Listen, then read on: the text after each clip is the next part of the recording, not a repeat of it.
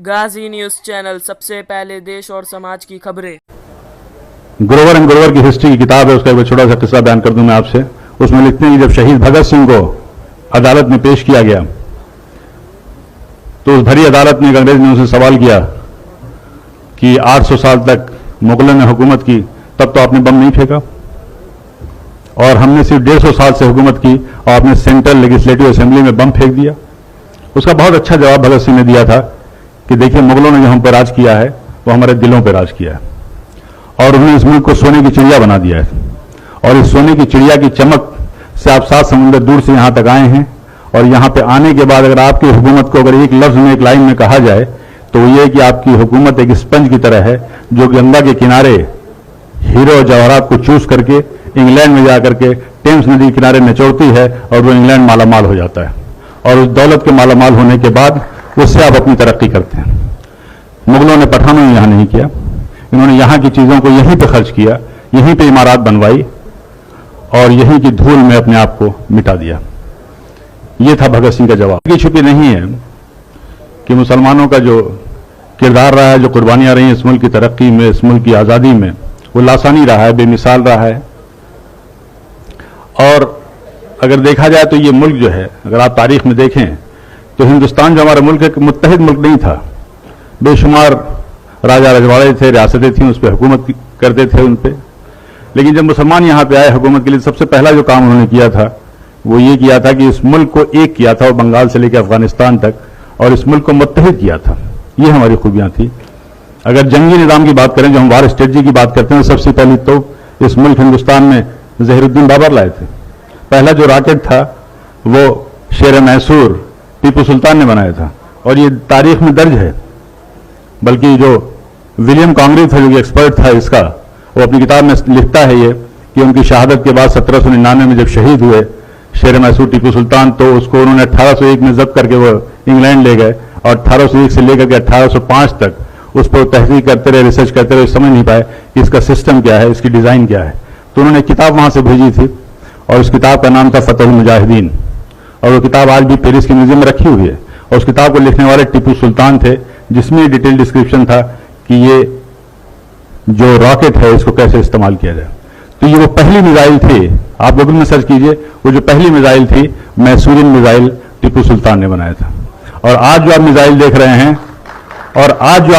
रहे हैं, अग्नि मिसाइल, पृथ्वी मिसाइल, इसके भी बानी एपीजे अब्दुल कलाम है, जिनको आप मिसाइल मैन कहते हैं और जिनको फादर ऑफ मिसाइल कहते हैं। और अगर आप कस्टोडियन जो आप कहते हैं, जो रेवेन्यू का सिस्टम है, ये सब शेर शाह सूरी का दिया हुआ है, and he was one of the best administrator. Police का निजाम किया था, डाक का निजाम किया था, और सबसे पहली सड़क इस मुल्क में बनी थी शेर शाह सूरी ने बनवाई थी। करेंसी सिस्टम में बदलाव लाए थे। रुपए जो जिसको कहते हैं आप यूज, शेर शाह सूरी का वो था। ग्रैंड ट्रंक जो रोड थी कलकत्ता से लेकर के पेशावर तक, ग्रैंड ट्रंक रोड उसी की यादगार है। बगावत की, जंग आज़ादी की, तो पहली जो बगावत थी वो 1773 में हुई थी, और उसका नाम जो था, शायद आप में से ज्यादातर लोगों को मालूम होगा, फकीर एंड सन्यासी रिबेलियन नाम से नाम था।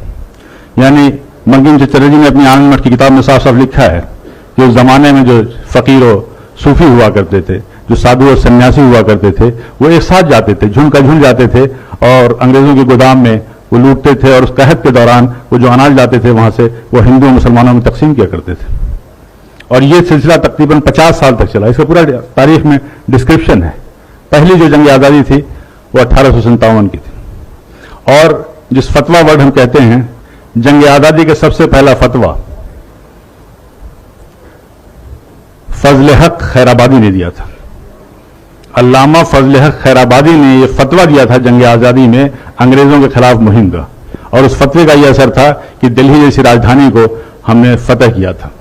लेकिन उसके बाद से ये तारीख में लिखा हुआ है कि लेफ्टिनेंट जनरल हडसन लिखते हैं कि जब हमने दोबारा बड़ी मेहनत और मशक्कत से दिल्ली को फतह किया, तो उस वक्त इंग्लैंड से एक खत आया था, एक टेलीग्राम आया था, उसमें साफ साफ लिखा हुआ था कि देखो, ये जंग आज़ादी जो है 1857 की, ये जंग आज़ादी दरअसल उलमाए कराम की जंग आज़ादी, और उन उलमाए कराम के लिए बड़े फख्र से वो लिखता है कि हमने न जाने सैकड़ों उलमाए कराम को बगैर किसी मुकदमा चलाए वो फांसी दे दिया। और ये कोटेड है, तारीख के फिगर्स में बता रहा हूं कि उस जमाने में जिन्हें 51,200 लोगों को फांसी दी गई थी, उसमें से तकरीबन 27,000 से ज्यादा उलमाए कराम थे जिनको फांसी दी गई थी।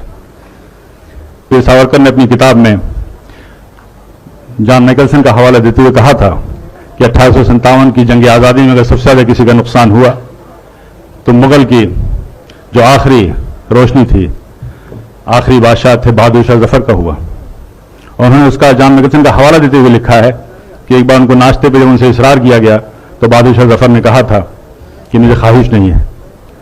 उसके बाद से वो लिखता है कि हम लोगों ने उनकी आंख में जहरीले ऑइंटमेंट लगाना शुरू कर दिया ताकि उनकी बीनाई चली जाए। और उन्हें इस बात का इल्म था कि इस्लामी कानून में, इस्लामी शरीयत में कोई नाबीना अंधा शख्स कहीं का हुक्मरान नहीं हो सकता। और फिर वो दिन भी आया जब उनसे उनकी मर्जी के खिलाफ नाश्ते में उनकी प्लेट पे लाल मखमल से ढके हुए 3 सर लाए गए थे, जिनमें 2 सर उनके बेटों के थे और 1 सर उनके पोते का था। ये थी कुर्बानियां। क्या जुल्म सितम के बाद भी मुसलमानों के लिए कहना पड़ेगा कि जंग आज़ादी में शरीक थे या नहीं? क्या अब भी इस उन्वान की जरूरत है? अब भी इस प्रोग्राम की जरूरत है? क्या चांद सितारों की मौजूदगी के लिए बहस होगी? कतई नहीं। आपको हमारी न्यूज़ कैसी लगी आप हमें कमेंट करके ज़रूर बताइएगा। अगर आप गाजी न्यूज़ चैनल पर न्यू है तो हमारे चैनल को सब्सक्राइब ज़रूर कर लिएगा और बेल आइकन प्रेस करना बिल्कुल ना भूलिएगा ताकि हमारी लेटेस्ट वीडियो आप तक पहुंचे। और अगर वीडियो अच्छी लगी हो तो लाइक ज़रूर करिएगा। माहिरा की स्पेशल रिपोर्ट।